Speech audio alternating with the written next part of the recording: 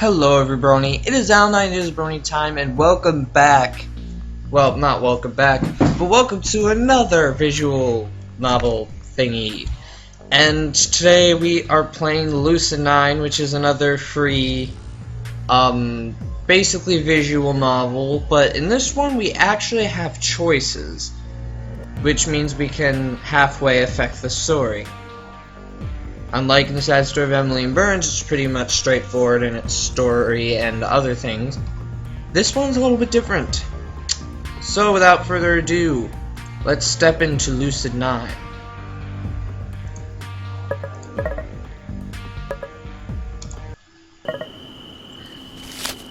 I step back and examine my masterpiece. Perfect. My favorite color.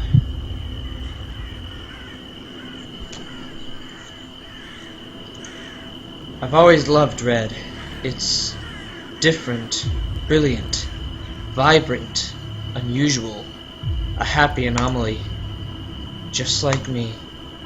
Red isn't much for nature, really only shows up in autumn, and even then it's a dreary rust or nauseating cherry. And we just can't have that, not when it deserves so much more. A whispering breeze filters through my thoughts, brushing against my skin with icy fingers. I allow myself a moment to pause, to relish, to admire, to welcoming the fresh scent of freedom. That is what I live for. When I open my eyes, I spot a frail leaf dancing upon the backbone of the passing wind, afflicting the world with its appalling shade of asparagus. I pluck it from its branches with the edges of my stained fingernails. Disgusting. How anyone could enjoy this color eludes me. A soft groan redirects my attention to my waiting masterpiece. It's lovely, really, spread across the ground, face contorted with fear, twitching, cold fingers clutching at empty air. Oh, she killed somebody. Not my best work, unfortunately. The canvas died much quicker than I had originally expected, even when I tried to carve a bit slower. Well, no matter. Today it shall be a palette for my paint. I make quick work of my new pallet's chest, ignoring the twitching of post-mortem reflexes from its mutilated kneecaps. The sweet color of red, true crimson, pure scarlet, slink down its pallid abdomen, licking at the blossoming turf below. I dip my finger into the settling pool of blood. It's warm, sticky, like syrup, or settling gelatin. The sweet scent wafts my nostrils. Ah, smells of iron, of rust, of all things sharp and beautiful. Now a new canvas. I check my surroundings, evaluating the surface and textures and sizes and shapes of every object in sight. None are quite so satisfactory as human skin, with its elasticity, its porous absorption. I think that was supposed to be a B. Its innately warm tint. It's a innately warm tint. Come on, who wrote this? But a substitute is required, so a substitute I must find. Presently, I realize that I'm still holding that every eyesore of a leaf in my hand. Well, I suppose it will have to do. In one bold fluid stroke, I swipe my paint across the leaf. The very essence of Van Gogh himself. Ah yes, dear Vincent, the man cut off his own ear to send a message when words just didn't suffice. I always admired his style. I take a moment to appreciate the leaf's newfound radiance before searching for a proper display. Something like this deserves to be exhibited. I hang my canvas back on its branch. What is this, layers of fear? That's better. If only there was more of this color in the world. The unexpected interlude of my phone drives me out of my thoughts. The irritating thing just loves to ruin the climax. Yes? Is it done? You're always in such a rush. Well? Yes, it's done. I was having a moment. There's more where that came from. You interrupted me. You're the one who wanted to know when it was finished. A thrill leaps through my veins, my lips pull into a tense smile. Well, is it? Same time, same place as usual. You know the drill. I nearly clapped my hands, but mastered myself for one final word. Understood. I cut the transmission and eagerly withdrew with a small bottle from within my jacket. Only one pill left, but no matter. I'll be getting more soon enough. I propped the final capsule into my mouth, puncturing its skin with my teeth and rolling the bitter gel over my tongue. Now this is life. As a wave of euphoria sweeps through me, I turn from my handiwork, strolling out of the meadow. Today's fun is over, but tomorrow will hold just as many pleasures. Okay, so we gotta say psychotic murder. My, Yama Ishimoto! Huh? I sluggishly pull my head upward, fixing my eyes on the woman at the front of the classroom. Are you even listening? I hide an instinctive smirk. Technically, no. I've always found napping more appealing than relearning history that's been drilled into me since age 6. Not that I can actually say that. In all honesty, this teacher doesn't deserve that kind of callous response. Yes, ma'am? Perfect. Summarize the whole section we've been reviewing. I glanced at the touchscreen board mounted behind the teacher, quickly skimming over the graphics of tonography hovering on its surface. My school actually doesn't have that kind of technology. It's a touch board, unless this takes place in the future. It's been a while since I downloaded this, so I really don't remember the description. History of Isamu, our glorious metropolis, beginning 2000 AD. Easy. Life was really boring for a while. We weren't in debt, we weren't at war, and we're basically doing nothing interesting. The teacher's lips burst into a thin line as the classroom erupts into snickers. I feel the slightest hint of regret and rein in my sarcasm. Then, in 2007, America entered a debt crisis that caused a worldwide financial crash. Japan was one of the countries most affected by this. Well, second to China. Ha! Yeah! You out there who hate us? If we crash, you all crash. So, give us money! No, I'm joking. God damn it, why did they have to incorporate politics into this story? And why might that be? Because we were dumb about who we partner with? Oh, wow, okay. What do you say? What? She taps her fingers impatiently on the desk, her eyes narrowing into slits. Well, she asked me to summarize the chapter. She didn't ask me how. Anyway, our glorious government didn't handle the situation so hot, so we had a lovely depression with all-time highs of unemployment and crime. Good effort. Gold star. The teacher waves her hands as the class roars with laughter. Right, that's enough. I'll be needing to talk with you after class about your attitude, young man. Meh. In other news, grass is green. Elizabeth, perhaps you can salvage this explanation. She gestured a few seats to my right, where my lavender-haired classmate sits, her spine as straight as a ruler. I feel a curdle of distaste in the pit of my stomach as I lounge against my chair. Of course, Elizabeth Oshiro, class valedictorian, school poster child, and the era's golden girl. Nap time. I sit on my head in my arms as Liz leaps to her feet, smiling warmly. Certainly, during this time Japan fell into chaos. Public demonstrations, often violent, occurred almost every day. Furthermore, political scandals regarding the national government kept spreading. The teacher relaxes at Elizabeth's textbook recitation. She even shoots a quick glare in my direction, as if to say, see, why can't you be like Elizabeth?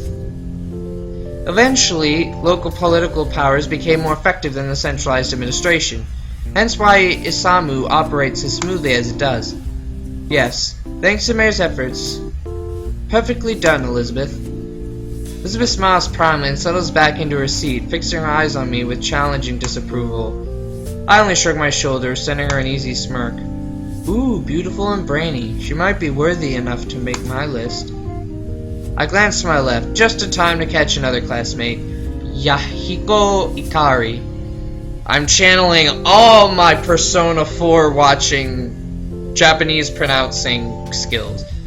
Winking conspicuously at Elizabeth, she clearly ignores it. Well, that's Yahiko for you. I can't remember a day when he hasn't tried to flirt with some girl or another. Nor can I remember a day where he wasn't flat out rejected. Technically, he's my former roommate, which makes him my friend of 2 years. How close a friend? Well, that's up for debate. Huh? She managed to deflect my charms! Oh boy. I wonder how. Me too. No one can resist the Yahiko Ikari. Yahiko! Yahiko clamps his mouth shut at the teacher's strident command. She leans heavily against her desk, messaging her temples with her fingers. Alright, class. Thanks to Elizabeth, we've seen where we come from. I'm sure you're all wondering what the point of this history recap was. Not really, no.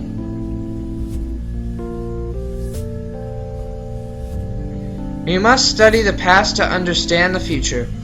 As such, it's imperative that the next topic be taken seriously. So, where do you all see yourself 10 years from now? I'm barely able to stifle a snort. It's only, what, the second day of school? Sure, this is the third class year. Sure, we're preparing for college entrance exam. Does that mean that we have to know exactly what we want to do for the rest of our lives? You know, I hate this kid and like the kid. Not only did he insult my country, but he's right about that. I mean, I'll worry about that stuff when the time comes, and usually that's the end of junior year. For us. The teacher pointedly looks at me, a hard glint in her eye. Yama Ishimoto, perhaps you'd like to get us started. I'm tempted to say, no, thank you, but that'd be pretty rude. You're rude enough as it is. I'll manage my parents' restaurant, I guess. The teacher lips tighten ever so slightly. I know what she's thinking. No passion, no ambition. He will be a failure, this one. I'll pay the bills. What more can I ask for? He's a socialist. Really, dude? Out of anything you could have picked, you picked a restaurant manager. Hey!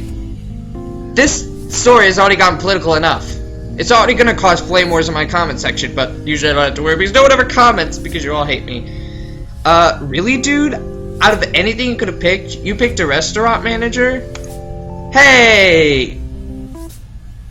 They give us delicious food! What's wrong with restaurant manager? Well, what would you suggest? And a bunch more, dude, like women and cars. Oh, this is the American. Oh, this is a Japanese kid who follows the American way. Women and cars. And also money. Don't forget money. You must never forget money. And he criticizes me for lack of imagination. Yeah, it's kinda true. Come on! It's 10 years. Anything can happen. The teacher shoots him a disapproving glare as his voice raises dramatically in volume. That's me. I'm really loud. Ah, Yahiko. Thank you for volunteering. Where do you see yourself in 10 years? Yahiko beams and I feel a sudden sense of dread. Here goes his dream. The one that I've heard no less than 200 times before. Well, Teach, I see myself with a Ferrari F50 under one arm, a Lamborghini Aventador, never heard of that, 704 under the other, and a lot of beautiful women in between, fighting for the honorable privilege of bearing my children. Oh God, he's a sexist. He's a sexist. He's a menace. He's a menace. This isn't good. He's a menace. The class stares at him. Oh, all the feminists in this class are probably like, how dare he? I don't go looking for boys just to have children. Except they won't actually do that. But anyway, it's fun. I whispered to him. What about the mansion? Right. Take all of that and put it in front of a 20,000 square foot mansion attended to by a staff of 1,000 maids. And where is it located? Oh, it's in the Caribbean, on an island, a man-made island specifically constructed just for me, with my name laser engraved into the hills, so that every plane that flies by sees that it belongs to. That's quite enough, Yahiko. Thank you for your, input. Clearly, she doesn't believe in his dream. Actually, I don't think anyone except Yahiko believes in his dream. Then again, Yahiko has enough belief to make up for everyone else. Yeah, for all the other socialists. No, I'm joking. Now I won't get over it. Now, Umeko, what about you? As the rest of our classmates drone on about joining some kind of mega corporation like Lemon Skate or Way Forward Pharmaceuticals, I lean closer to Yahiko. You forgot some things. I did? The yacht, the walk-in closet just for designer shoes, the private jet, a second mansion in Tahiti. Oh crap, I did. Hey, Teach! Fortunately for the teacher, the school bell rings before he can grab her attention. My classmates... That's not how a school bell sounds. My classmates immediately shove their belongings into their bags and bolt for the door. Oh, the memories of school. Meanwhile, Yahiko heads straight for the teacher's desk, eyes it with excitement, as he gabbers on and on about his yacht and his designer shoes, and his private jet, and a second mansion in Tahiti. A restaurant manager, huh?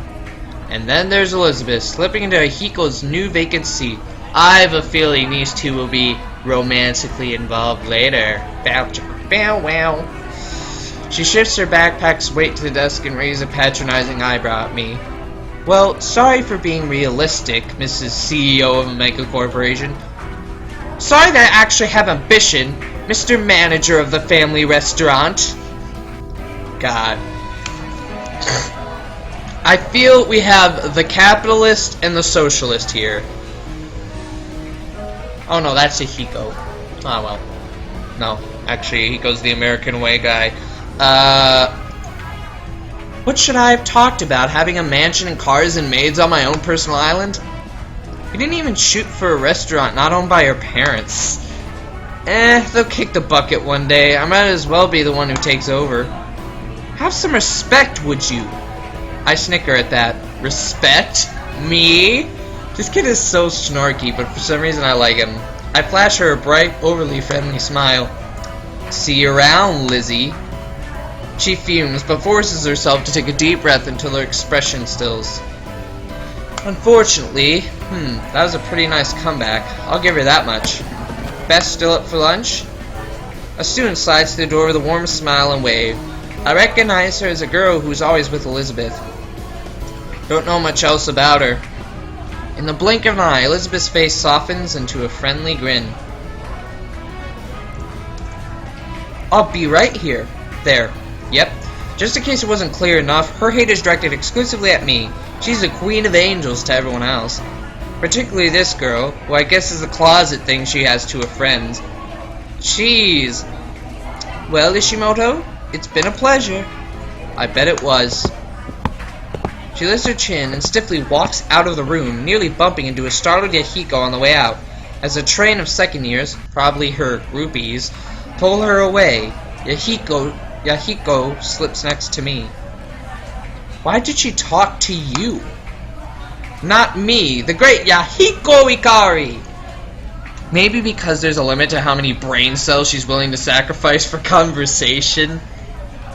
Beats me, she's been doing that for a while. Really? We were in the same class last year. Really? I'm not surprised that he just learned about this. Then again, to be fair, I don't talk to Yahiko much about my personal life. Yeah, something like that. It's not important. Yahiko evaluates me for a second with an unusually stoic expression, but quickly shakes it off, his face melting into a grin. So, what did you think about my dream earlier? This again? On second thought, maybe we should have kept talking about Elizabeth. Same as the other 200 times you told me. It has been Has it really? 203 to be exact. Wow, he counted all the freaking times that he talked to him about the American way. Is this game trying to make a political statement? Because I don't like it.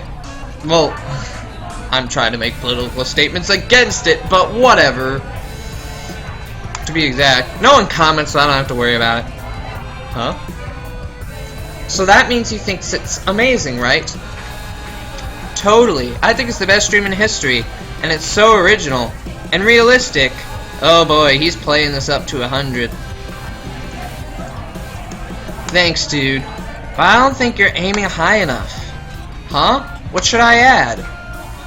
Aim for the moon. He gasps if it's the best idea ever, the poor soul. Forget Tahiti, a mansion on the moon? It's YouTuber's life! Try not doing a Let's Play because it's really hard to run, but whatever. Moon? You'd be the first, and probably the last. No, only the best YouTubers get mansions on the moon. Just think about the possibilities. No one's even set foot on the moon. Imagine how famous I'd be if I built a mansion there. America was the first to step on the moon. Is this taking a completely different world? Because if it is, I'm okay with it, but I was like, people have been to the moon. In fact, Americans were the first one to the moon.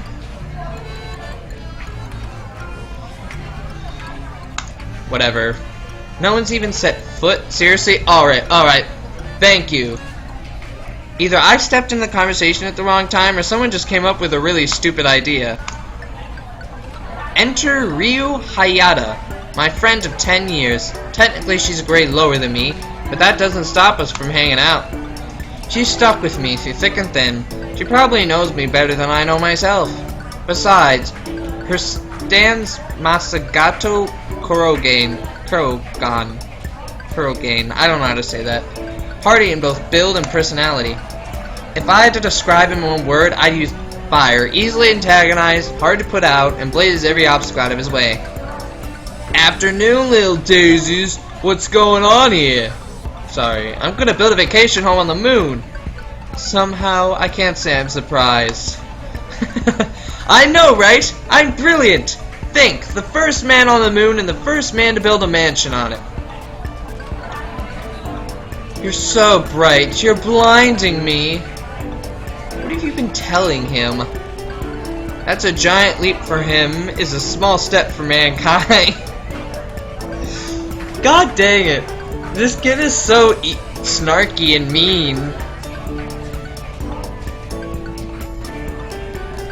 You know, we haven't seen what he looks like yet. She has to think about that for a moment, but I'm rewarded with a smirk. Clever. I know. Look, if you kids are done yapping, Yam and I gotta hit to track. Oh god, they're sports kids! What? I don't think Yama was joining again this year. Of course he is. This is news to me. It doesn't seem like a good idea, considering he only went to one practice last year and ditched the rest. Well, he ain't ditching this year! Ain't that right, man? Well, now that you mention it... What's that? You guys didn't even win last year, Masato. No need to make a big deal. Masato's eyes flare with intellectual need to prove the worthiness of track.